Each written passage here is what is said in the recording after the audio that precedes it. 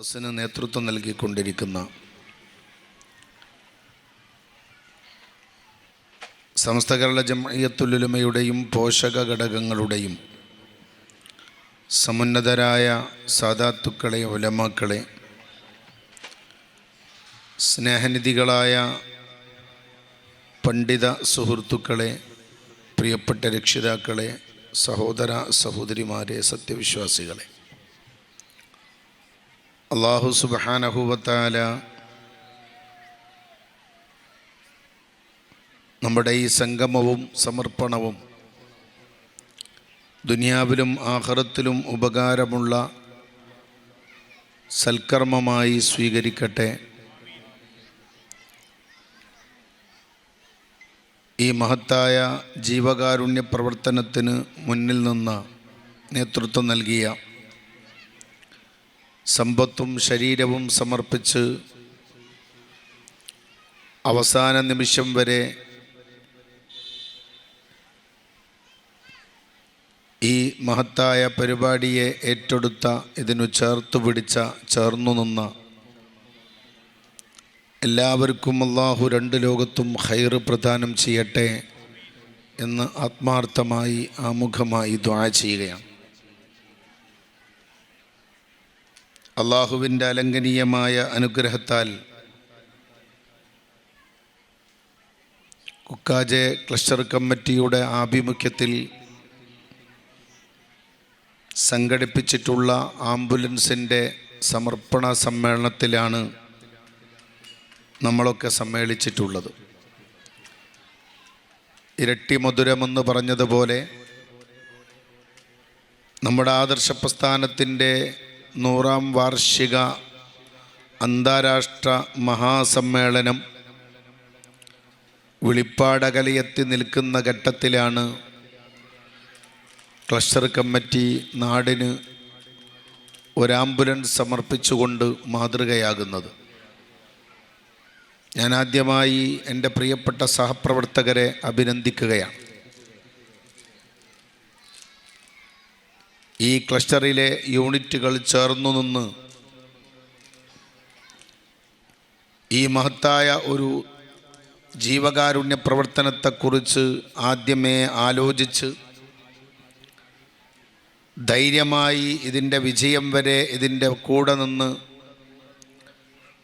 ഇത് യാഥാർത്ഥ്യമാകുന്നത് വരെ ഈ സംവിധാനത്തെ ചേർത്തു പിടിച്ച എൻ്റെ പ്രിയപ്പെട്ട സഹപ്രവർത്തകർ, ഈ നാട്ടുകാർ,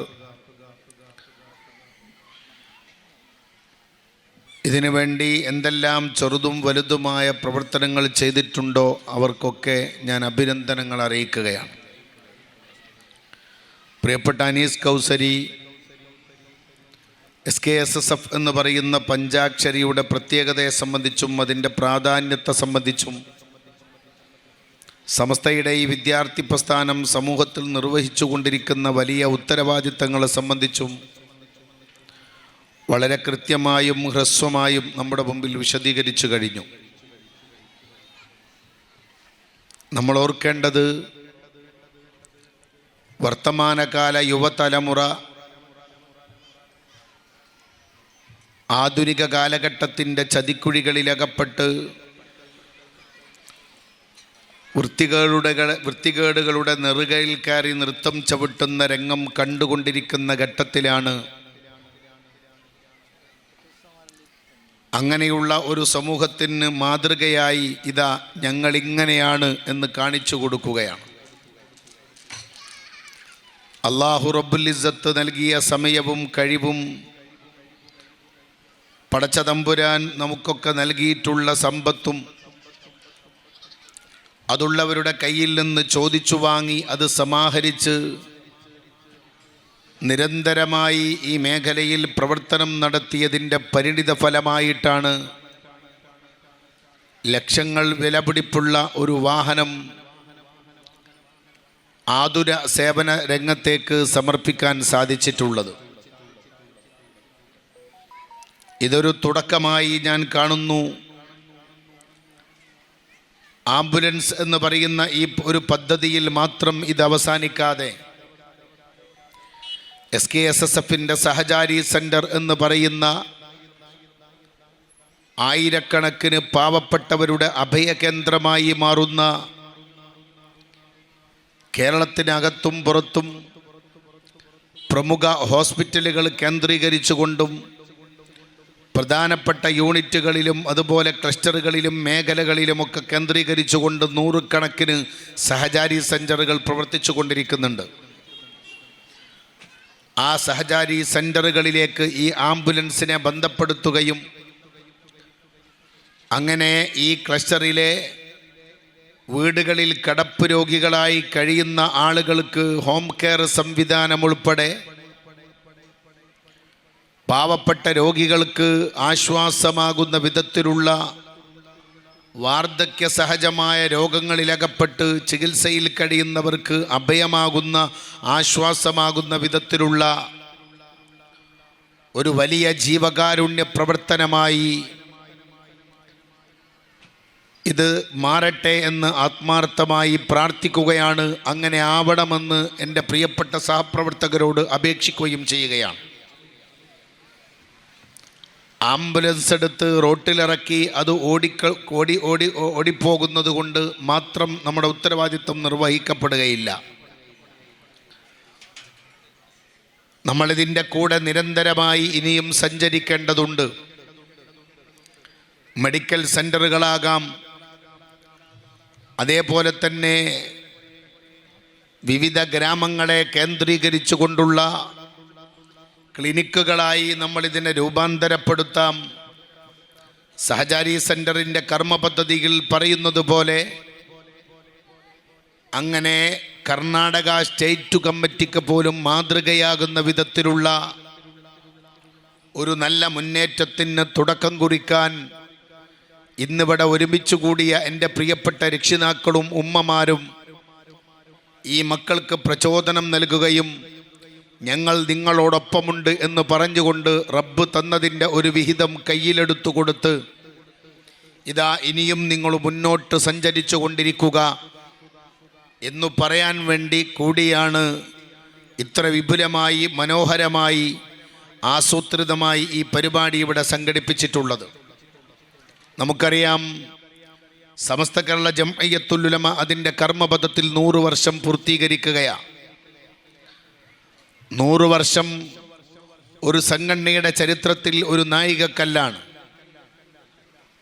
ഇത്രമേൽ ജീവിത വിശുദ്ധിയുള്ള, പൈതൃകമുള്ള, പാരമ്പര്യമുള്ള, പറഞ്ഞത് മാറ്റിപ്പറയാത്ത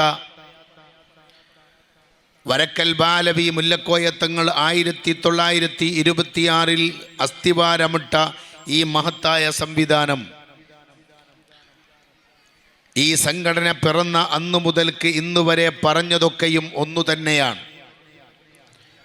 കേരളത്തിലെ മറ്റു സംഘടനകളെയൊക്കെ എടുത്ത് പരിശോധിച്ച് നോക്കുമ്പോൾ പിറന്ന കാലഘട്ടത്തിൽ അവർ പ്രഖ്യാപിച്ച പലതും മാറ്റിപ്പറയേണ്ട ഗതികേടുണ്ടായിട്ടുണ്ട്.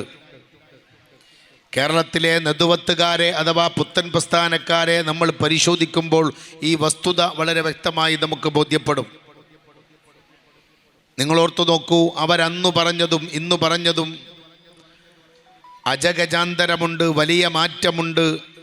രാപ്പകലെന്നുപോലെ അത് വ്യത്യസ്തമാണ്, വിഭിന്നമാണ്.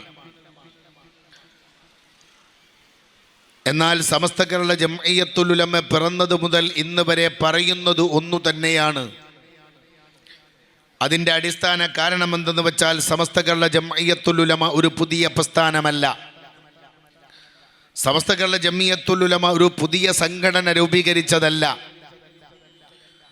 100ാം വാർഷികത്തിൻ്റെ പ്രമേയത്തിൽ നമ്മളെ പഠിപ്പിച്ചു തരുന്നത് പോലെ ആദർശ വിശുദ്ധി നൂറ്റാണ്ടിലൂടെ എന്നല്ല, നൂറ്റാണ്ടുകളിലൂടെ എന്നാണ്. അഷ്റഫുൽ ഖൽഖ് മുഹമ്മദ് മുസ്തഫ സല്ലല്ലാഹു അലൈഹി വസല്ലമ തങ്ങൾ അവിടുത്തെ അവസാനത്തെ വിടവാങ്ങൽ പ്രഭാഷണത്തിൽ ലോകത്തോട് വിളിച്ചു പറഞ്ഞ ഫൽയുബല്ലിഗി ഷാഹിദിൽ ഗായിബ, ഇതാ അള്ളാഹുവിൻ്റെ പരിശുദ്ധ ദീനിൻ്റെ സന്ദേശം സമ്പൂർണ്ണമായി കഴിഞ്ഞിട്ടുണ്ട്. ഇസ്ലാം സമഗ്രമാണ്, സാർവജനീനമാണ്, സാർവകാലികമാണ്. ഇസ്ലാം ഏതു കാലഘട്ടത്തിലും ഏതു ജനതയിലും ഇനി ഒരു കൂട്ടിച്ചേർക്കലുകൾക്കിടമില്ലാത്ത വിധം സമ്പൂർണ്ണമാക്കി തന്നിരിക്കുന്നു. അൽയൗമ അക്മൽതു ലക്കും ദീനക്കും വ അത്മംതു അലൈക്കും നിഅമതി വ റളീതു ലക്കുമുൽ ഇസ്ലാമ ദീന എന്ന പ്രഖ്യാപനമാണ് പുണ്യ നബി സല്ലല്ലാഹു അലൈഹി വസല്ലമ തങ്ങൾ ലോകത്ത് നടത്തിയിട്ടുള്ളത്.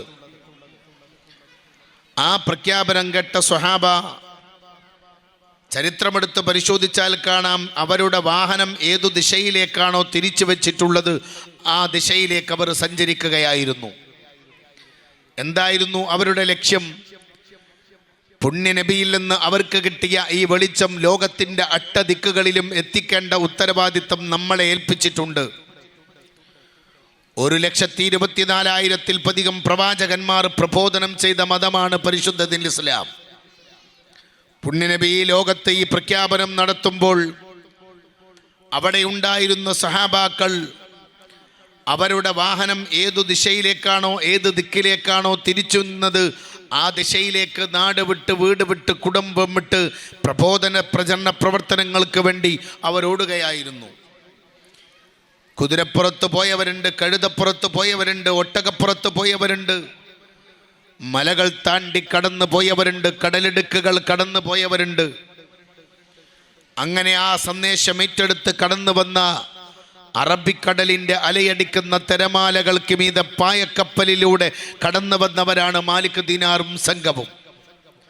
നമ്മുടെ തൊട്ടടുത്ത കാസർഗോഡ് ഉൾപ്പെടെ കേരളത്തിൻ്റെ വ്യത്യസ്ത പ്രദേശങ്ങളിൽ അവർ കടന്നു വന്നു, പള്ളി കെട്ടി ദീന് പ്രചരിപ്പിച്ചു. അവർ കൊണ്ടുവന്ന ദീനിൻ്റെ സംരക്ഷണമാണ് സമസ്ത കേരള ജംഇയ്യത്തുൽ ഉലമ ഏറ്റെടുത്തിട്ടുള്ളത്.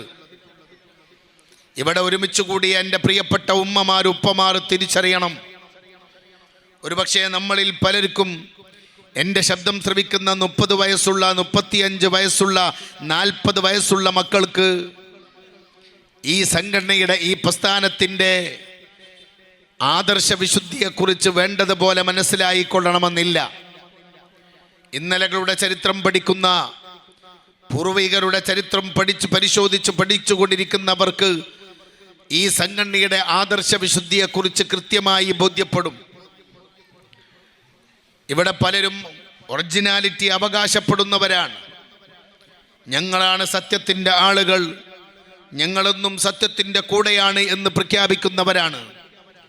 എന്നാൽ അവരാവട്ടെ സ്വഹാബത്തിൻ്റെ തീരുമാനങ്ങളെ അല്ലെങ്കിൽ അഹ്ലുസുന്നത്ത് വൽ ജമാഅത്തിൻ്റെ ആശയാദർശങ്ങളെ പച്ചയായി പരിഹസിക്കുന്നവരാണ്. അവർ ഇസ്ലാമിൽ പലതും കടത്തിക്കൊണ്ടുവന്നവരാണ്, പുതിയ ആശയങ്ങൾ ലോകത്ത് പ്രചരിപ്പിച്ചവരാണ്. ഇത് വിവാദത്തിന് വേണ്ടിയോ സംഘർഷങ്ങൾക്ക് വേണ്ടിയോ സംഘട്ടനങ്ങൾക്ക് വേണ്ടിയോ സംവാദങ്ങൾക്ക് വേണ്ടിയോ പറയുന്നതല്ല.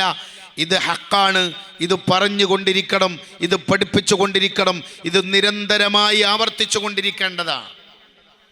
അതുകൊണ്ടാണല്ലോ ഒരു വിശ്വാസി അവൻ്റെ ഓരോ ദിവസത്തിലും 17 തവണ ആവർത്തിച്ച് പടച്ച തമ്പുരാനോട് പ്രാർത്ഥിച്ചു കൊണ്ടിരിക്കുന്നത് ഇഹ്ദിനസ് സിറാത്തൽ മുസ്തഖീം.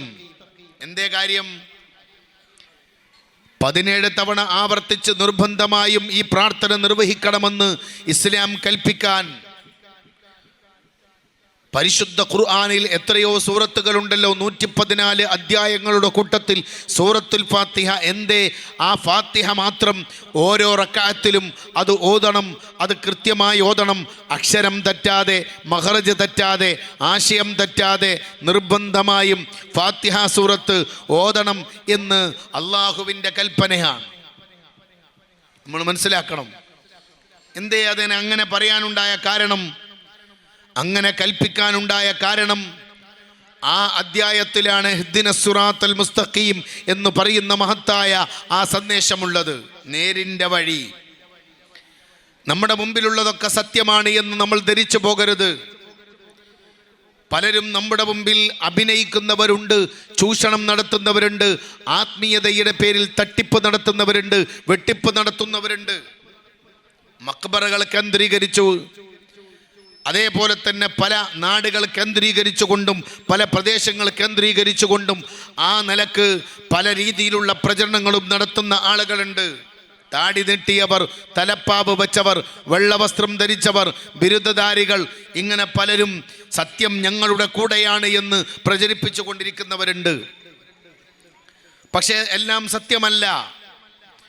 ഹക്കിൻ്റെ വഴി ഒന്ന് മാത്രമേ ഉള്ളൂ എന്ന് അടിവരയിട്ട് പുണ്യനബി നമുക്ക് പഠിപ്പിച്ചു തന്നു. അവസാന കാലഘട്ടം വരുമ്പോൾ എൻ്റെ സമുദായം 73 കഷ്ണമായി ഭിന്നിച്ചു പോകുമെന്ന്, വിഭാഗമായി പോകുമെന്ന് അഷ്റഫുൽ ഖൽഖ് ത്വഹ റസൂലുള്ളാഹി. ഇപ്പൊ നമ്മുടെ കൂട്ടത്തിൽ ചില ആളുകളുണ്ട്, എല്ലാത്തിനും ശരിയിടാണ്. അതും ശരിയാണ്, ഇതും ശരിയാണ്, അതിനെന്താ കുഴപ്പം, ഇതിനെന്താ കുഴപ്പം, ഒക്കെ ശരിയാണ് എന്ന് പറയുന്നവർ. അങ്ങനെ എല്ലാം ശരിയാണെന്ന് ധരിച്ചു പോകരുത്. പാരമ്പര്യത്തിൻ്റെ വഴിയുണ്ട്, പൈതൃകത്തിൻ്റെ വഴിയുണ്ട്, സത്യത്തിൻ്റെ വഴിയുണ്ട്. സത്യസന്ധരുടെ കൂടെയാണ് നമ്മൾ ഓർക്കേണ്ട ഒരു കാര്യം. നമ്മുടെ ആഖിബത്ത് നന്നാവലാണ് നമ്മുടെ ലക്ഷ്യം. നമ്മുടെ ജീവിതത്തിന് അവസാനം ഒരു നിമിഷമുണ്ട്, ആ നിമിഷം നന്നായി തീരണം. ഇന്ന് നമ്മൾ ആര് എന്നുള്ളതല്ല, അള്ളാഹു നമുക്ക് കണക്കാക്കിയ ആയുസ് അവസാനിക്കുമ്പോൾ നമ്മുടെ വിശ്വാസത്തിൻ്റെ നിലപാട്, നമ്മുടെ നിലവാരം എന്താണ് എന്നതാണ് പരിശോധന. അതേതു കാര്യത്തിനും അങ്ങനെയാണ്. നാട്ടിൽ ഒരുപാട് മത്സരങ്ങൾ നടക്കാറുണ്ടല്ലോ, ഒരുപാട് സ്പോർട്സുകൾ നടക്കാറുണ്ട്, മത്സരങ്ങൾ നടക്കാറുണ്ട്. ആ മത്സരങ്ങളിലൊക്കെ ജഡ്ജിമാര് വിധി പറയുന്നത് അവസാനത്തെ പോയിന്റിൽ ആര് ജയിച്ചു എന്നതാ.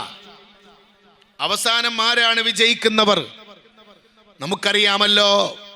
കുഫ്രിയത്തിന്റെ കോട്ടക്കത്തളങ്ങളിൽ ജീവിച്ചു പോയ പലരും, കുഫ്രിയത്തിന്റെ കോട്ടക്കത്തളങ്ങളിൽ വർഷങ്ങളോളം ജീവിതത്തിന്റെ മഹാഭൂരിപക്ഷവും സത്യനിഷേധിയായി ജീവിച്ചവർ, മദ്യപിച്ചവർ, പല വൃത്തികേടുകളിലും അകപ്പെട്ടവർ, അറുകൊല നടത്തിയവർ, സ്വന്തം മക്കളെ കൊന്നൊടുക്കിയവർ, 100 മനുഷ്യരെ കൊന്നവർ പോലും അവസാനം നല്ല ഒരന്തരീക്ഷത്തിൽ എത്തിച്ചേർന്ന് അവർ ഈ ലോകത്തോട് വിട പറഞ്ഞത് സ്വർഗത്തിൻ്റെ അവകാശിയായിട്ടാണ് എന്ന് അഷ്റഫുൽ ഖൽഖ് മുഹമ്മദ് മുസ്തഫ സല്ലല്ലാഹു അലൈഹി വസല്ലമ തങ്ങൾ നമ്മെ പഠിപ്പിച്ചു.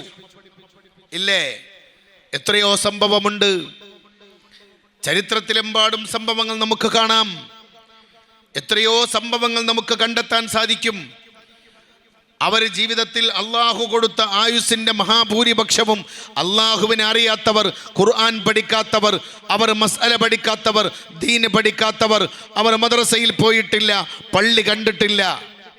പക്ഷേ ഏതോ ഒരു സുപ്രഭാതത്തിൽ, ഏതോ ഒരു നിമിഷത്തിൽ തൗഹീദിന്റെ വെളിച്ചം അവർക്ക് കിട്ടി. ആ പ്രഭയിലേക്ക് അവർ കടന്നു വന്നു. ലാ ഇലാഹ ഇല്ലല്ലാ മുഹമ്മദുർ റസൂലുള്ളാഹ് എന്നവർ പ്രഖ്യാപിച്ചു. പിന്നെ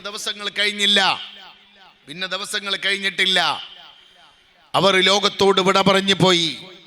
അവർ സ്വർഗത്തിന്റെ അവകാശികളാണ്. എന്നാൽ നമ്മൾ മറ്റു ചില അപകടങ്ങൾ കാണുന്നുണ്ട്. ജനിച്ചു വളർന്നത് മുസ്ലിം കുടുംബത്തിലാണ്. അവർ മദ്രസയിൽ പഠിച്ചിട്ടുണ്ട്. 5ാം ക്ലാസിന്റെ സർട്ടിഫിക്കറ്റ് ഉണ്ട്, 7ന്റെ സർട്ടിഫിക്കറ്റ് ഉണ്ട്, 10ന്റെ സർട്ടിഫിക്കറ്റ് ഉണ്ട്, +2 സർട്ടിഫിക്കറ്റ് ഉണ്ട്. ഏതാനും മാസങ്ങൾക്ക് മുമ്പ് ഒരു ഉമ്മ എനിക്കയച്ചൊരു മെസ്സേജ് ഞാൻ ഓർത്തു പോവുകയാ. ആ ഉമ്മ സങ്കടത്തോടെ പറയുന്നു, ഉസ്താദെ പ്രാർത്ഥിക്കണം, എൻ്റെ മകൻ്റെ കാര്യത്തിൽ ഉസ്താദ് ദുആ ചെയ്യണം, ഞാൻ വലിയ സങ്കടത്തിലാ.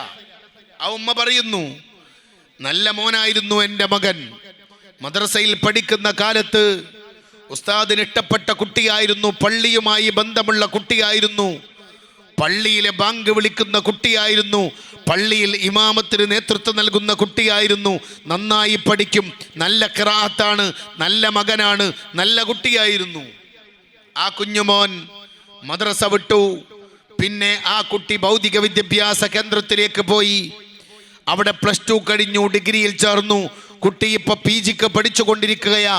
ആ കുട്ടി മതനിഷേധിയായി മാറി. ഇപ്പോൾ അവൻ ലഹരിക്ക് അടിമപ്പെട്ട് കഴിഞ്ഞിട്ടുണ്ട്. എൻ്റെ മോൻ്റെ കാര്യത്തിൽ എനിക്ക് ബേജാറാണ്. നല്ല മോനായിരുന്നു, നല്ല മകനായിരുന്നു, ഖിറാഅത്തിൽ 1ാം സ്ഥാനം ലഭിച്ചവർ, മദ്രസയിലെ പരീക്ഷയിൽ +2 നേടിയ കുട്ടി. എന്തു പറ്റി ആ കുട്ടിക്ക്? ആ കുട്ടിക്ക് പിന്നീട് ക്യാമ്പസുകൾക്കകത്ത് ഫ്രണ്ട്ഷിപ്പിന്റെ കൂട്ടുകെട്ടിൽ അകപ്പെട്ടുകൊണ്ട് മറ്റേതോ ചില സംസ്കാരത്തെ നെഞ്ചിലേറ്റി ആ കുട്ടി അവരോടൊപ്പം ചേർന്ന് ആ കുട്ടിയുടെ വിശ്വാസം വ്യതിചലിച്ചു പോയി. മതമില്ല, ആ കുട്ടി ലിബറലിസ്റ്റായി, ഫെമിനിസ്റ്റായി, മതനിഷേധിയായി. ആ കുട്ടി പിന്നെ ലഹരിക്ക് അടിമപ്പെട്ടു. എൻ്റെ കുട്ടി ഇപ്പോൾ മദ്യപിച്ച് മാരകമായ മയക്കുമരുന്ന് ഉപയോഗിച്ച് വീട്ടിലേക്ക് വന്നുകൊണ്ടിരിക്കുന്നു എന്ന് ഉമ്മ സങ്കടപ്പെടുന്ന കാലം, ഉമ്മയാണ് സങ്കടപ്പെടുന്നത്, അമ്മയല്ല. അമ്മ സങ്കടപ്പെടുന്നുണ്ട്, ഉമ്മയും സങ്കടപ്പെടുന്ന കാലം നമ്മൾ ഓർക്കേണ്ട വിഷയമാണ്. നിസ്സാരമായി തള്ളിപ്പോകരുത്. നിങ്ങൾ ചോദിക്കും, എന്തിനാണ് ഈ ആംബുലൻസ്, എന്തിനാണ് ഈ സംഗമം, എന്തിനാണ് നിങ്ങളുടെ ലൈറ്റ് കെട്ടി ഈ വിശാലമായ സൗകര്യം ഒരുക്കി, ഇത്ര മനോഹരമായ സംവിധാനങ്ങൾ ഒരുക്കി, ദീർഘമായ പ്രചരണ പ്രവർത്തനങ്ങൾ നേതൃത്വം നൽകി മാസങ്ങൾ നീണ്ടു നിൽക്കുന്ന വളരെ പ്ലാനഡായ പ്രവർത്തനത്തിൻ്റെ പരിണിതഫലമായി കൊണ്ടാണ് ഒരു സംഘം ഇത് യാഥാർത്ഥ്യമാക്കുന്നത്. എന്താ ലക്ഷ്യം? ഇതിൻ്റെ പിന്നിലുള്ള ലക്ഷ്യം എന്താ? പേരെടുക്കളല്ല, പബ്ലിസിറ്റി അല്ല. നാളെ പടച്ച തമ്പുരാന്റെ മുമ്പിൽ സ്വർഗം കിട്ടണം, സ്വർഗത്തിലെത്തണം, മുത്തുനബിയെ കാണണം, അവിടുത്തെ തൃക്കല്യാണത്തിൽ പങ്കുചേരണം, സ്വർഗത്തിലെ എല്ലാ സുഖാനുഭവങ്ങളും ലഭിക്കണം, നരകത്തിൽ നിന്ന് രക്ഷപ്പെടണം, സിറാത്തുൽ മുസ്തഖീമിൽ ലക്ഷ്യമുണ്ടാവണം, അവിടെ ഹിസാബിൽ രക്ഷപ്പെടണം, എല്ലാ മേഖലയിലും ആഖിറത്തിൽ രക്ഷപ്പെടണമെന്ന ആത്യന്തികമായ ലക്ഷ്യത്തിൻ്റെ ഭാഗമായി കൊണ്ടാണ് ഇതൊക്കെ സംഘടിപ്പിച്ചിട്ടുള്ളത്. അള്ളാഹു ആ ലക്ഷ്യം പൂർത്തീകരിച്ചു തരട്ടെ. നമ്മുടെ മക്കളെ ഒക്കെ ഉന്നത പദകളിലേക്ക് അള്ളാഹു എത്തിച്ചു കൊടുക്കട്ടെ എന്ന് ആത്മാർത്ഥമായി ദുആ ചെയ്യാം. നിങ്ങൾ ഓർക്കേണ്ടത്, എത്ര നിസ്സഹായർ, നിർഭാഗ്യവാന്മാർ നമ്മുടെ മുമ്പിൽ ഇപ്പോഴും ജീവിച്ചിരിക്കുന്നുണ്ടല്ലോ. അങ്ങനെ ആഖിബത്ത് മോശമായി മരിച്ചുപോയവരുണ്ട്, മദ്യപാനിയായി, ഇസ്ലാമിൻ്റെ പ്ലാറ്റ്ഫോമിൻ്റെ പുറത്തു പോയി നിരീശ്വരവാദിയായി മരിച്ചുപോയ എത്രയോ ആളുകളുണ്ട്. ഉപ്പ ഹാജിയാണ്, ഉമ്മ ഹജ്ജുമ്മയാണ്, മദ്രസയിൽ പഠിച്ചിട്ടുണ്ട്, പള്ളി ദർസിൽ പഠിച്ചിട്ടുണ്ട്, പക്ഷേ അവസാനം മോശമായി മരിച്ചുപോയി. നമ്മൾ കണ്ടതല്ലേ. അപ്പൊ ഈമാൻ എന്ന് പറയുന്നത് വളരെ പ്രധാനമാണ്, വിശ്വാസം എന്ന് പറയുന്നത് വളരെ പ്രധാനമാണ്. അത് ആടിക്കളിക്കേണ്ടതല്ല, അതിങ്ങനെ അങ്ങോട്ടും ഇങ്ങോട്ടും മാറി മാറി നിൽക്കേണ്ടതല്ല. നെഞ്ചുറപ്പോടെ, നെഞ്ചൂക്കോടെ ആരുടെ മുമ്പിലും ഏതു സാഹചര്യത്തിലും ഏത് പ്രതികൂല സാഹചര്യത്തിലും ഉറക്കെ വിളിച്ചു പറയാൻ നമുക്ക് സാധിക്കണം, ഇന്നനീ മുസ്ലിമാ, ഞാനൊരു മുസ്ലിമാണ്, ഞാനൊരു യഥാർത്ഥ മുസ്ലിമാണ്, ഞാനൊരു വിശ്വാസിയാണ്. അതേതു കാലഘട്ടത്തിലും ഏതു ദിവസത്തിലും ഏത് ആഘോഷവേളകളിലും ഏത് അവസ്ഥകളിലും ഏത് ഘട്ടങ്ങളിലും അത് കാത്തു സൂക്ഷിക്കാൻ കഴിയണം. കല്യാണപ്പന്തലിലെത്തി നാലാളുകളെ കാണുമ്പോൾ, തൻ്റെ പ്രിയപ്പെട്ട ഫ്രണ്ട്സുകൾ കാണുമ്പോൾ, അവർ DJ പാട്ട് വെച്ച് നൃത്തം ചവിട്ടുമ്പോൾ അവരുടെ കൂട്ടത്തിൽ കൂടി നൃത്തം ചവിട്ടലല്ല ഈമാൻ. ന്യൂ ഇയറിൻ്റെ ദിവസങ്ങളിൽ, ഏതെങ്കിലും ആഘോഷ ദിവസങ്ങളിൽ, ഏതെങ്കിലും ബീച്ചിലോ പാർക്കിലോ പോയി, ക്യാമ്പസുകളിൽ നടക്കുന്ന ടൂറിൽ പോയി, ആ ടൂറിൻ്റെ കൂട്ടത്തിൽ അകപ്പെടുമ്പോൾ അവിടെയുള്ള ബോയ്സും ഗേൾസും ഒരുമിച്ചിരുന്ന് ബസ്സിൽ പാട്ടുപാടി നൃത്തം ചവിട്ടി പച്ചയായി തമ്മാടിത്തരത്തിന് കൂട്ടുനിൽക്കുന്നതല്ല ഒരു വിശ്വാസിയുടെ ഈമാൻ എന്ന് പറയുന്നത്. അവിടെ അങ്ങനെയൊക്കെ നടക്കുമ്പോഴും തൻ്റെ കൂട്ടുകാർ ഈ വൃത്തികേടുകളൊക്കെ ചെയ്തുകൊണ്ടിരിക്കുമ്പോഴും അരുതെന്ന് പറയുകയും കൈകൊണ്ട് തടയുകയും എന്ന ആർജവത്വത്തോടെ പറയാൻ തൻ്റെ കൂടെയുള്ള തൻ്റെ പ്രിയപ്പെട്ട സഹപ്രവർത്തകർ, തൻ്റെ കൂടെ പഠിക്കുന്ന മക്കൾ, ഇപ്പൊ കാണുന്നത് എന്താ? നമ്മുടെ കൂട്ടത്തിലെ നമ്മുടെ 4 ഡിഗ്രിക്കോ PGക്കോ ചേരുമ്പോൾ തൻ്റെ ക്ലാസ്സിലുള്ള 4 പെൺകുട്ടികൾ തട്ടമിടാതെ വന്നാൽ അടുത്ത ദിവസം തനിക്കും തട്ടം വേണ്ട, എനിക്ക് ശിരോവസ്ത്രം വേണ്ട എന്ന് പറഞ്ഞുകൊണ്ട് ആ സംസ്കാരത്തിലേക്ക് നമ്മളങ്ങ് മാറിക്കൊടുക്കുന്ന, നമ്മളങ്ങ് നീങ്ങിക്കൊടുക്കുന്ന, നമ്മളങ്ങ് നിന്നുകൊടുക്കുന്ന എത്ര അപകടകരമായ കാഴ്ച. അള്ളാഹു കാത്തുരക്ഷിക്കട്ടെ. അതല്ലേ നമുക്ക് കാണാനുള്ളൂ. അവിടെയല്ലേ മദ്രസ കാലഘട്ടം വരെ നല്ല വേഷം ധരിച്ച് അച്ചടക്കമുള്ള ഉമ്മാക്ക് ഉപ്പാക്ക് ഇഷ്ടപ്പെട്ട കുടുംബത്തിന് ഇഷ്ടപ്പെട്ട മകളായവർ. കുറച്ച് കഴിഞ്ഞിട്ട് പിന്നെ ഒരു തിരിച്ചു വരുന്ന രംഗമെന്താ? ഉപ്പയെ വേണ്ടാത്ത, ഉമ്മയെ വേണ്ടാത്ത, കുടുംബത്തെ വേണ്ടാത്ത, ഉറ്റവരെ വേണ്ടാത്ത, ഉടയവരെ വേണ്ടാത്ത, നാട്ടുകാരെ നേതൃത്വത്തെ അംഗീകരിക്കാത്ത, ഞാൻ എന്തും ചെയ്യും, ഞാൻ സ്വതന്ത്രയാണ്, ഞാൻ സ്വതന്ത്രയാണ്, എൻ്റെ ലൈഫ് എന്ന് പറഞ്ഞുകൊണ്ട് അതെൻ്റെ ഇഷ്ടമാണ്, എൻ്റെ ഇഷ്ടമുള്ള വസ്ത്രം ധരിക്കും, എൻ്റെ ഇഷ്ടമുള്ള രീതിയിൽ ഞാൻ സംസാരിക്കും, എനിക്കിഷ്ടമുള്ളത് ഞാൻ കാണും, എനിക്കിഷ്ടമുള്ളത് ഞാൻ ചെയ്യും, അതിന് ഉപ്പയുടെ പെർമിഷൻ വേണ്ട, ഉമ്മയുടെ പെർമിഷൻ വേണ്ട, നാട്ടിൽ ഒരാളുടെയും പെർമിഷൻ വേണ്ട എന്ന് പറയുന്ന ഒരു തരം ജനറൽ മൈൻഡിലേക്ക് കാലഘട്ടത്തിലെ മക്കൾ മാറിപ്പോകാനുള്ള കാരണം ഈമാൻ അവരുടെ ഉള്ളിൽ ഇല്ലാത്തത് കൊണ്ടാ. ഈമാനുള്ളവർ അങ്ങനെ ചെയ്യില്ല. ഈമാനുള്ളവർക്ക് അങ്ങനെ ചെയ്യാൻ കഴിയില്ല. അനുഭവത്തിന്റെ തെളിവുകൾ നമ്മുടെ മുമ്പിലുണ്ടല്ലോ. ഞാൻ പറഞ്ഞു വരുന്നത്, നമ്മൾ അങ്ങോട്ട് മാറേണ്ടവരല്ല, മറ്റുള്ളവരെ ഇങ്ങോട്ട് കൊണ്ടുവരേണ്ടവരാ. ഇവിടെ വന്നപ്പോ മാലിക് ദീനാറും സംഘവും ഈ നാട്ടിൽ കടന്നു വന്നപ്പോ ഈ നാട്ടിലുള്ളവരൊക്കെ അമുസ്ലിം സഹോദരങ്ങളായിരുന്നു, മറ്റു വിശ്വാസികളായിരുന്നു, മറക്കാത്തവർ, പ്രത്യേകമായ ജീവിതത്തിന്റെ വിശുദ്ധിയില്ലാത്തവർ, ധാർമ്മിക ചിന്തയില്ലാത്തവർ, പരസ്പരം തമ്മിലടിക്കുന്നവർ, ജാതിയുടെ പേരിൽ മതത്തിന്റെ പേരിൽ വേദം ശ്രവിക്കുന്ന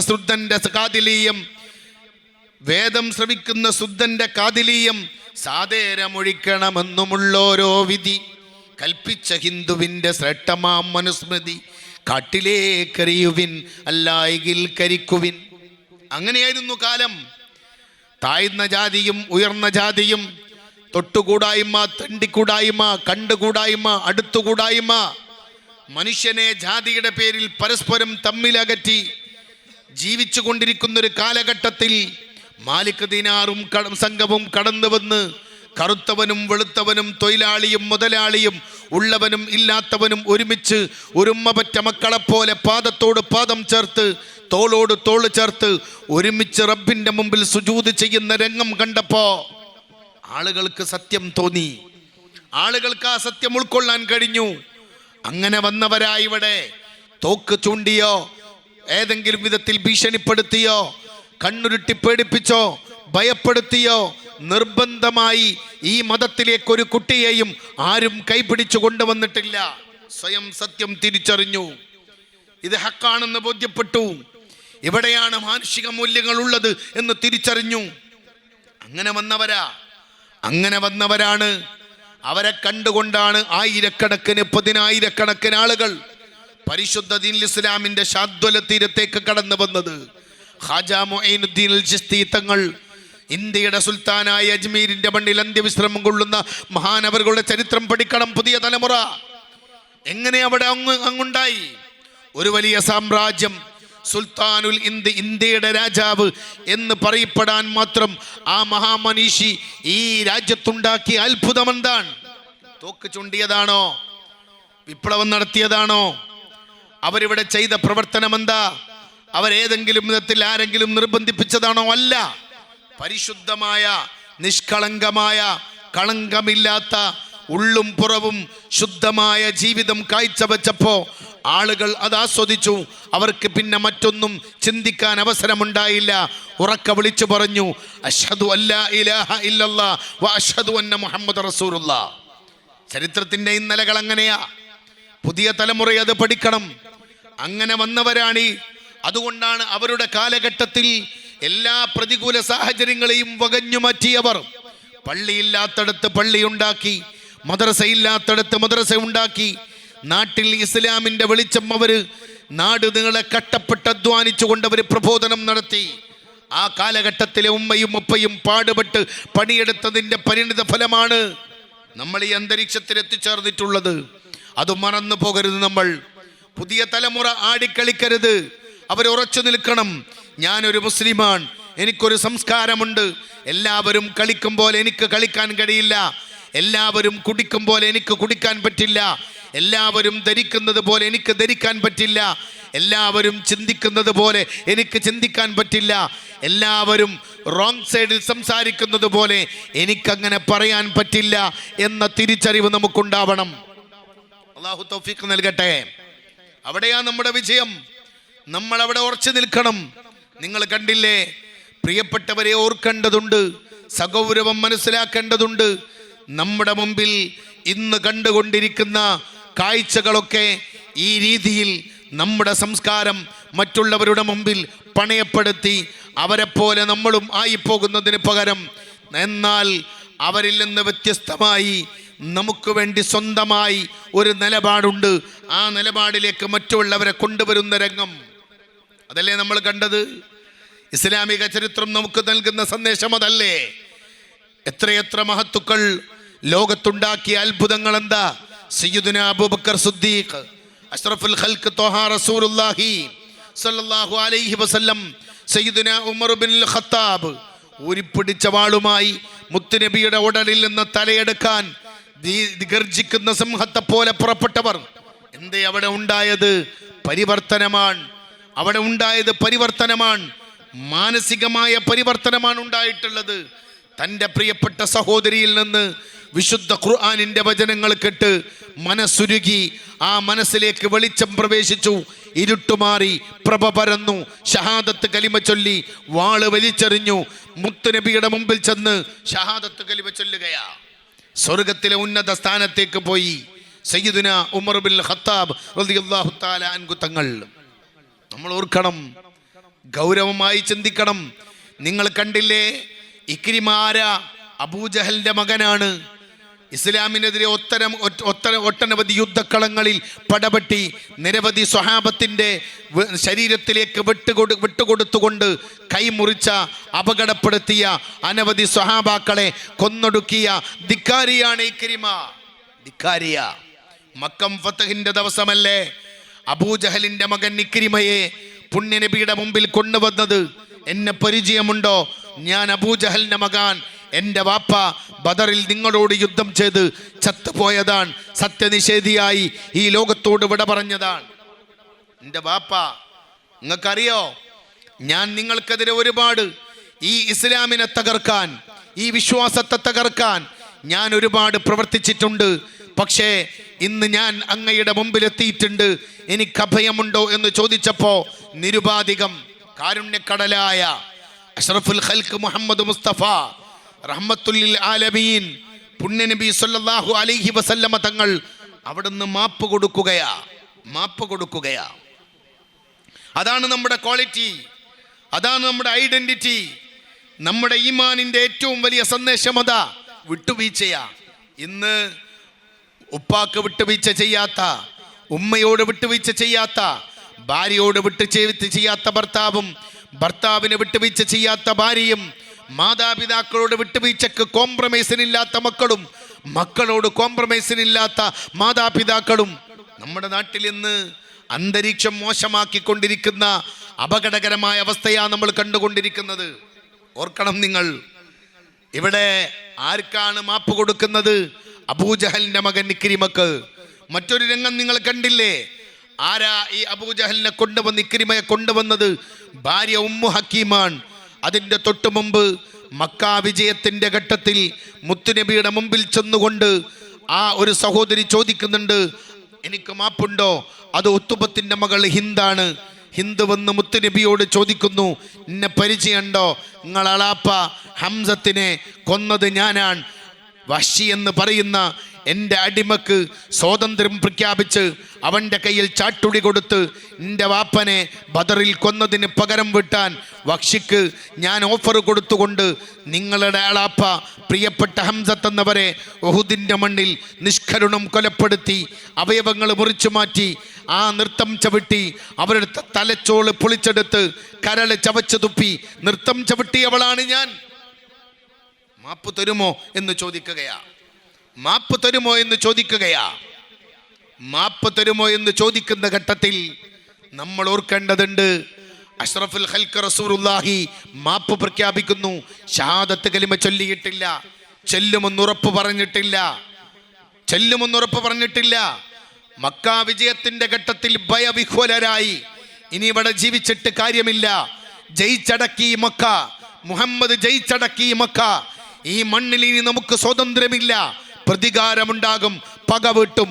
ഇക്കാലം അത്രയും മുഹമ്മദ് നബി സല്ലല്ലാഹു അലൈഹി വസല്ലമ തങ്ങളോടും അനുയായികളോടും ബദറിലും ഉഹദിലും ഖന്തക്കിലും ഹുനൈനിലും അനവധി പോർക്കളങ്ങളിൽ ഞങ്ങൾ അവരോട് ചെയ്ത ക്രൂരതക്ക് പകരം വീട്ടും, പ്രതികാരമുണ്ടാകും എന്ന് പേടിച്ചു നിൽക്കുന്ന ഘട്ടത്തിലാ ഇവർ മുത്തുനബിയുടെ മുമ്പിൽ വരുന്നത്. അവർക്കാണ് മാപ്പ് കൊടുക്കുന്നത്. എന്തേ ഉണ്ടായത്? ഇക്രിമ ഷഹാദത്ത് കലിമ ചൊല്ലി മുസ്ലിമാകുന്നു. വാപ്പ നരകത്തിലേക്ക് പോയപ്പോ മകനെ സ്വർഗത്തിലേക്ക് കൊണ്ടുവന്ന പാരമ്പര്യമാണ് അഷ്റഫുൽ ഖൽഖ് മുഹമ്മദ് മുസ്തഫ. പുണ്യനബിയുടെ അളാപ്പയെ നിഷ്കരുണം കൊലപ്പെടുത്തിയ വഹ്ശി വന്ന് മാപ്പ് ചോദിച്ചപ്പോ മാപ്പ് കൊടുത്തു. ഹുവൈത്ത് ബിൻ മാപ്പ് കൊടുത്തു. മക്കം ഫതഹിന്റെ ചരിത്രം മാത്രം പഠിച്ചാൽ മതി നമ്മുടെ മക്കൾ നന്നാവാൻ. ആർക്കാപ്പതിന് നേരം? ഏത് മക്കൾക്കാപ്പം മക്കം ഫതഹ് ഓർമ്മയുള്ളത്? ആരാപ്പതിനെ കുറിച്ച് പഠിക്കുന്നത്? നമ്മുടെ വീട്ടിലെ നമ്മുടെ മക്കൾക്ക് ഈ ബോധം നഷ്ടപ്പെട്ടു പോയി, ഈ ചരിത്രബോധം നഷ്ടപ്പെട്ടു പോയി, മുസ്ലിമിന്റെ ഐഡന്റിറ്റി, നമ്മുടെ ക്വാളിറ്റി നഷ്ടപ്പെട്ടു പോയി. ഞാൻ ദീർഘമായി പറയുന്നില്ല. എന്നെ ശ്രമിക്കുന്ന എൻ്റെ പ്രിയപ്പെട്ട ഉമ്മമാർ ജാഗ്രത പാലിക്കണം. ഈ അവസ്ഥയിൽ നിന്ന് മാറി ഇന്ന് നമ്മളെ കണ്ടാൽ പോലും, നമ്മളെ കേട്ടാൽ പോലും, നമ്മളോട് അടുത്താൽ പോലും അടുക്കുന്തോറും നമ്മളിലേക്ക് അകന്നു പോകുന്ന, നമ്മളെ തിരിച്ചറിഞ്ഞ് കാപ്പട്യത്തിൻ്റെ, വഞ്ചനയുടെ, ചതിയുടെ, തട്ടിപ്പിൻ്റെ, വെട്ടിപ്പിൻ്റെ, സകല ഹറാമുകളുടെയും കേന്ദ്രമായി നമ്മൾ മാറുന്ന അവസ്ഥയിലേക്ക് ഉമ്മത്ത് അധപ്പതിച്ചു പോയാൽ കാര്യം അപകടമാണ്. ആക്കിബത്ത് മോശമാകും. യാതൊരു സംശയവുമില്ല. ആക്കിബത്ത് മോശമാകുമെന്ന കാര്യത്തിൽ സംശയമില്ല. ഞാൻ അവസാനിപ്പിച്ചുകൊണ്ട് പറയുന്നു, പ്രിയപ്പെട്ടവരെ, ഈമാനിനെ സംരക്ഷിക്കുക എന്നത്, വിശ്വാസത്തെ സംരക്ഷിക്കുക എന്നത് ഈ കാലഘട്ടത്തിലെ ഏറ്റവും വലിയ വെല്ലുവിളിയാ. നമുക്ക് സ്വർഗത്തിലേക്ക് പോകണമല്ലോ, ലക്ഷ്യം അതല്ലേ? അതിന് അവസാന ഘട്ടം നന്നാവണ്ടേ? അവിടെ നിസ്കാരമോ നോമ്പോ ഹജ്ജോ സക്കാത്തോ എന്തുണ്ടായിട്ടും കാര്യമില്ല. അവിടെ ഒരു പക്ഷേ അതൊക്കെ നഷ്ടപ്പെട്ടു പോകും. മനസ്സിന് വിശുദ്ധിയില്ലെങ്കിൽ, നമ്മുടെ മനസ്സിന് കണ്ടീഷൻ അല്ലെങ്കിൽ, നമ്മുടെ വിശ്വാസത്തിൽ എവിടെയെങ്കിലും ചെറിയ അപാകത സംഭവിച്ചു പോയാൽ, ഉപ്പയോട് നന്ദികേട് കാണിച്ചാൽ, ഉമ്മയോട് നന്ദികേട് കാണിച്ചാൽ, എൻ്റെ പ്രിയപ്പെട്ടവരെ ഉസ്താദിനോട് നന്ദികേട് കാണിച്ചാൽ, മൂത്തവരോട് നന്ദികേട് കാണിച്ചാൽ, അതമില്ലാതെ അച്ചടക്കമില്ലാതെ തോന്നിയതുപോലെ ജീവിക്കുന്ന ഘട്ടമെത്തിയാൽ ആഖിബത്ത് മോശമാകുമെന്ന് പുണ്യനബി നമുക്ക് പഠിപ്പിച്ചു തരുകയാണ്. വർത്തമാന കാലഘട്ടത്തിലെ ഏറ്റവും വലിയ വെല്ലുവിളി മാതാപിതാക്കളെ ധിക്കരിക്കുന്ന മക്കളാണല്ലോ. അനുസരണമില്ലാത്ത മക്കൾ, ഉപ്പ നല്ലത് പറയുന്നത് ഇഷ്ടമില്ലാത്ത മക്കൾ, തലമറക്കണം, ഔറത്ത് മറക്കണം, ഫോണിൽ വൃത്തികേട് കാണരുത്, അനാവശ്യ പ്രവർത്തനങ്ങൾക്ക് കൂട്ടുനിൽക്കരുത്, പ്രേമപേക്കൂത്തുകളിൽ അകപ്പെട്ടു പോകരുത്, ഒരു ബോയ് ഫ്രണ്ടും ഒരു ഗേൾ ഫ്രണ്ടുമായി നീ അധപ്പതിച്ചു പോകരുത് എന്ന് പറയുമ്പോൾ അതിനൊക്കെ അനുസരണമില്ലാതെ ഞാൻ അങ്ങനെ ചെയ്യുമെന്ന് പറയുന്ന മക്കളെ, ഉപ്പാന്റെ പൊരുത്തക്കേട് ഈമാനിനെ ബാധിക്കും, ഉമ്മാന്റെ പൊരുത്തക്കേട് ഈമാനിനെ ബാധിക്കും. അൽക്കമത്തിന്റെ ചരിത്രം പുണ്യനബി പറഞ്ഞു തന്നു. അൽക്കമത്ത് ഷഹാദത്ത് കലിമ ചൊല്ലാൻ കഴിയാതെ സക്കറാത്തിൽ കടക്കുന്ന ഘട്ടമാണ്. ഒറ്റ നിസ്കാരവും ഒഴിവാക്കാത്ത അൽക്കമ, ധാരാളം ധർമ്മം കൊടുത്ത അൽക്കമ, സുന്നത്ത് നിസ്കാരങ്ങൾ കൃത്യമായി നിർവഹിച്ച അൽക്കമ. സഹാബത്ത് അത്ഭുതപ്പെട്ടു പോയി. എന്തുപറ്റി അൽക്കമക്ക്? ലാ ഇലാഹ ഇല്ലല്ലാ എന്ന് ചൊല്ലേണ്ടതുണ്ടല്ലോ. അവസാനത്തെ കലിമത്ത് അതല്ലേ? ആ കലിമത്തായെങ്കിലല്ലേ ഈമാനുള്ളൂ, അപ്പോഴല്ലേ സ്വർഗമുള്ളൂ. ജനുവരിയും ഫെബ്രുവരിയും അങ്ങനെ മാസങ്ങളും കലണ്ടറുകളും വർഷങ്ങളുമില്ലാത്ത ദീർഘമായ അനന്തവിശാലമായി കിടക്കുന്ന വൽ ആഖിറത്തു ഖൈറും വ അബ്ഖാ, പരലോകമാണ് ഉത്തമം, അതാണ് അവശേഷിക്കുന്നത്. ദുനിയാവ് നശ്വരമാണ്, ഇത് നശിച്ചു പോകും. ആരും ഇവിടെ കാലാകാലം ജീവിച്ചിട്ടില്ല. ഞാൻ തുടക്കത്തിൽ കേൾപ്പിച്ചതുപോലെ നശിക്കുമീ പ്രപഞ്ചമിൽ മതിച്ചിടും മനുഷ്യ നീ, സ്മരിക്കണേ സ്വദേഹമിൽ അണഞ്ഞിടുന്ന മൗത്തിനെ. ഒരിക്കലീ ജഗത്തെയും ജഡത്തെയും പിരിഞ്ഞു നാം തിരിക്കണം, വിസമ്മതങ്ങളൊന്നുമേ ഫലപ്പെടാ. എല്ലാ പാട്ടുകാരും, എല്ലാ കവികളും, എല്ലാ ബുദ്ധിജീവികളും, ലോകത്തെ എല്ലാ ശാസ്ത്രലോകവും ഒരേപോലെ സമ്മതിച്ച കാര്യമാണ്. ആർക്കും അതിൽ അഭിപ്രായ വ്യത്യാസമില്ല.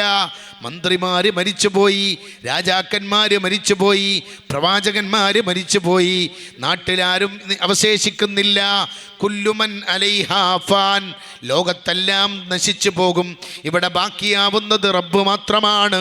ഈ സത്യം നമ്മളൊക്കെ അംഗീകരിക്കുന്നവരാണ്. ആറുകാലുള്ളൊരു കട്ടിലിലേറി ആരോടും പറയാത്തൊരു യാത്രയില്ലേ, 6 അടി മണ്ണെന്ന വീട്ടിനുള്ളിൽ അനുവാദം വാങ്ങാതൊരു കിടത്തമില്ലേ, നാട്ടുകാരില്ലാതെ വീട്ടുകാരില്ലാതെ തനിയെ കഴിയേണ്ടൊരു സുദീനമില്ലേ, പള്ളിക്കാട്ടിലെ താമസമില്ലേ, 6 കാലുള്ളൊരു കട്ടിലിലേറി ആരോടും പറയാത്തൊരു യാത്രയില്ലേ, 6 അടി മണ്ണെന്ന വീട്ടിനുള്ളിൽ അനുവാദം വാങ്ങാതൊരു കിടത്തമില്ലേ, നാട്ടുകാരില്ലാതെ വീട്ടുകാരില്ലാതെ തനിയെ കഴിയേണ്ടൊരു സുദീനമില്ലേ, പള്ളിക്കാട്ടിലെ താമസമില്ലേ. അല്ലാഹു ആ യാത്ര പൂർണ്ണ വിജയത്തിലാക്കി തരട്ടെ. അതിനാണ് ഈ പണി. ഈ ലൈറ്റും ഈ വേദിയും ഈ പന്തലും ഈ ചേറും ഈ വിളിച്ചതും ഈ കൂടിയതും ഈ ഒരുമിച്ച് കൂടിയതും കാത്തിരിക്കുന്നതും ഈ ശബ്ദവും ഈ കേൾവിയുമൊക്കെ ആ യാത്ര നന്നാവാനാണ്. ഈ ആംബുലൻസും അതിനു വേണ്ടിയാണ്, ഈ മക്കളും അതിനു വേണ്ടിയാണ്. മറ്റു ലക്ഷ്യമൊന്നുമില്ല. അവിടെ നന്നാവണം. നിങ്ങൾ വിചാരിച്ച് നിസ്കരിച്ചാൽ നന്നാവും, നോമ്പ് നോറ്റാൽ നന്നാവും, ഹജ്ജ് ചെയ്താൽ നന്നാവും, സക്കാത്ത് കൊടുത്താൽ നന്നാകും. അങ്ങനെയൊന്നും തെറ്റിദ്ധരിച്ചു പോകരുത്. പുണ്യനബി പറഞ്ഞു, വിശുദ്ധ ഖുർആനാണ്, വൈലുല്ലിൽ മുസല്ലീൻ. നിസ്കരിക്കുന്നവന് അദബുണ്ടാകണം, അനുസരണമുണ്ടാകണം, അംഗീകാരമുണ്ടാവണം. അൽഖമത്ത് തൻ്റെ അന്ത്യനിമിഷത്തിൽ ഷഹാദത്ത് കലിമ ചൊല്ലാൻ സാധിക്കാതെ പ്രയാസപ്പെടുന്ന ഘട്ടമുണ്ട്. സ്വഹാബത്ത് അത്ഭുതപ്പെട്ടു പോയി. പുണ്യനബിയുടെ മുമ്പിൽ അവർ പരാതി ചെന്ന് പറയുന്നു, യാ റസൂലല്ലാഹ്, അൽഖമ സക്കറാത്തിലാണ്, ഞങ്ങൾ ഞങ്ങളുടെ കടമ നിർവഹിച്ചു നബിയേ. സക്കറാത്തിൽ കിടക്കുന്നവർക്ക് കലിമ ചൊല്ലിക്കൊടുക്കണം, ലാ ഇലാഹ ഇല്ലല്ലാഹ് എന്ന് ചൊല്ലിക്കൊടുക്കണം. അങ്ങനെ ചൊല്ലിക്കൊടുത്തു. ഞങ്ങൾ അൽക്കമ ചൊല്ലുന്നില്ല, എന്തോ ഒരു പ്രശ്നമുണ്ട്, ഞങ്ങളാകെ ബേജാറിലാണ്. പുണ്യനബി ഉടനെ തന്നെ കുടുംബവിശേഷം അന്വേഷിച്ചു. ഉപ്പ ഹയാത്തിലില്ല, ഉമ്മ ജീവിച്ചിരിപ്പുണ്ട്. ഉമ്മയെ വിളിച്ചു കൊണ്ടുവരാൻ വേണ്ടി കൽപ്പിച്ചു. പുണ്യനബി ചോദിച്ചു, ഉമ്മ, മകൻ്റെ വിശേഷം എന്താണ്? മകൻ അൽക്കമയില്ലേ? ഉണ്ട് നബിയേ. എന്താ മകനുമായി നിങ്ങളുടെ വിശേഷം? ഉമ്മ പറഞ്ഞു, എൻ്റെ മോൻ നല്ല മോനാണ്, നിസ്കരിക്കുന്നവനാണ്, നോമ്പ് നോൽക്കുന്നവനാണ്, സക്കാത്ത് കൊടുത്തവനാണ്, സദക്ക കണക്കില്ലാതെ കൊടുത്തവനാണ് നബിയെ. മകനെക്കുറിച്ച് എനിക്ക് നല്ലതല്ലാതെ പറയാനില്ല. പുണ്യനബി ചോദിച്ചു, അല്ല ഉമ്മ, ഞാൻ ചോദിച്ചത് നിങ്ങളും നിങ്ങളുടെ മകനും തമ്മിലുള്ള ബന്ധമെന്താണ്? വിങ്ങിപ്പൊട്ടിയ മനസ്സോടെ ഉമ്മ വിളിച്ചു പറഞ്ഞു, ഇന്നി സാഹിത്തത്തുൻ അലൈഹി യാ റസൂലല്ലാഹ്. അങ്ങനെ ചോദിച്ചാൽ എൻ്റെ മോനും ഞാനുമായിട്ടൊരു ചെറിയ വിഷമമുണ്ട്. എൻ്റെ മോൻ, ഞാൻ അല്പം വിഷമത്തിലാണ്. അവൻ എന്നെ ധിക്കരിച്ചു നബിയെ. ഞാനും അവനും തമ്മിൽ നല്ല കണ്ടീഷനിലല്ല. അവൻ നല്ല മനുഷ്യനാണ്, പക്ഷേ എന്നെ വെറുപ്പിച്ചു യാ റസൂലല്ലാഹ്. വിവാഹം കഴിച്ചതോടുകൂടി പിന്നെ അവന് വലുതു ഭാര്യയാണ്. എന്നെ അവഗണിച്ചു, എന്നെ പരിഗണിച്ചില്ല, എന്നെ അംഗീകരിക്കുന്നില്ല, എന്നോട് പറയുന്നില്ല, എന്നോട് ചോദിക്കുന്നില്ല, എന്നെ മാറ്റി നിർത്തി നബിയേ. ആ വിഷമം എൻ്റെ ഉള്ളിലുണ്ട്. ഉടനെ തന്നെ പുണ്യനബി പറഞ്ഞു, ഉമ്മ, മകൻ സക്കറാത്തിലാണ്, ഷഹാദത്ത് കലിമ ചൊല്ലാൻ കഴിയുന്നില്ല, നിങ്ങളുമായുള്ള പ്രശ്നമാണ് കാരണം. നിങ്ങൾ മാപ്പ് കൊടുക്കണം, നിങ്ങൾ വിട്ടുകൊടുക്കണം, നിങ്ങളുടെ മാപ്പപേക്ഷ റബ്ബിലേക്ക് എത്തണം, എങ്കിലേ മകന് ഷഹാദത്ത് കലിമ ചൊല്ലാൻ കഴിയുകയുള്ളൂ. ഡിഗ്രിക്കാരി മോളെ, ഡിഗ്രിക്കാരൻ മോനെ, നാട്ടിൽ ധിക്കരിച്ച് നടക്കുന്ന മക്കളെ, ലിബറലിസ്റ്റായി ഫെമിനിസ്റ്റായി തോന്നിയ വേഷം ധരിച്ച് ഇഷ്ടമുള്ള സമയത്ത് വീട്ടിൽ നിന്നിറങ്ങി ബോയ് ഫ്രണ്ടിൻ്റെ കൂടെ ഗേൾ ഫ്രണ്ടിൻ്റെ കൂടെ ബീച്ചിലും പാർക്കിലും അങ്ങാടിയിലും ആഘോഷവേളകളിലും ക്യാമ്പസുകൾക്കകത്തും പുറത്തും അലഞ്ഞു തിരിഞ്ഞ് നടക്കുന്ന മക്കളെ, നല്ലോണം പഠിച്ചോളി. നിങ്ങൾക്ക് കഥ അറിയില്ല, നിങ്ങൾക്ക് ആരാ വാപ്പാന്നറിയില്ല. ഒരു സയൻസിലും ഉപ്പയെ പറയുന്നില്ല. 5 കൊല്ലം MBBS പഠിച്ച ഒരു കുട്ടിയോട് തൻ്റെ പാഠപുസ്തകത്തിൽ അട്ടിക്കണക്കിന് ആയിരക്കണക്കിന് പേജുകളുള്ള തൻ്റെ പാഠപുസ്തകത്തിനകത്ത് താൻ പഠിച്ച സിലബസിനകത്ത് എവിടെയും ഉമ്മയെക്കുറിച്ച് പറയുന്നില്ല, ഉപ്പയെക്കുറിച്ച് പറയുന്നില്ല, അവിടെ രക്ഷിതാവിനെ കുറിച്ച് പറയുന്നില്ല. അവിടെ പറയുന്നതൊന്നു മാത്രമേ ഉള്ളൂ, സയൻസാണ്. ഓർക്കണം നമ്മളെല്ലാവരും. എന്നാൽ അത് പഠിപ്പിച്ചത് മതമാണ്, അത് താരീഖാണ്, അത് ഇസ്ലാമിക ഗ്രന്ഥമാണ്, ഇസ്ലാമിക സിലബസാണ്. അവിടെ ഉമ്മയുണ്ട്, ഉപ്പയുണ്ട്, മൂത്തവരുണ്ട്, മുതിർന്നവരുണ്ട്, അയൽവാസികളുണ്ട്, മറ്റു മതസ്ഥരുണ്ട്. അവിടെ പോലും മര്യാദയോടെ ജീവിക്കണം. അവനവൻ്റെ ആത്മസുഖത്തിനായി ആചരിക്കുന്നവ അവരെൻ്റെ സുഖത്തിനായി വരേണം എന്നു പാടി. അതാ മതം, അതാണ് മതം. അള്ളാഹു നമുക്ക് നാഫിയായി തരട്ടെ. ഞാൻ അവസാനിപ്പിക്കുകയാണ്. അൽക്കമ ഷഹാദത്ത് കലിമ ചൊല്ലിയില്ല. ഉമ്മനെ വിളിച്ചു, കാര്യം അന്വേഷിച്ചു. മുത്തുനബി വിവരങ്ങളൊക്കെ മനസ്സിലാക്കി മാപ്പ് കൊടുക്കാൻ വേണ്ടി പറഞ്ഞു. പുണ്യനബി അല്ലേ പറഞ്ഞത്, മകൻ്റെ കാര്യത്തിലല്ലേ. കാരുണ്യക്കടലായ പ്രിയപ്പെട്ട ഉമ്മ മാപ്പ് കൊടുത്തു.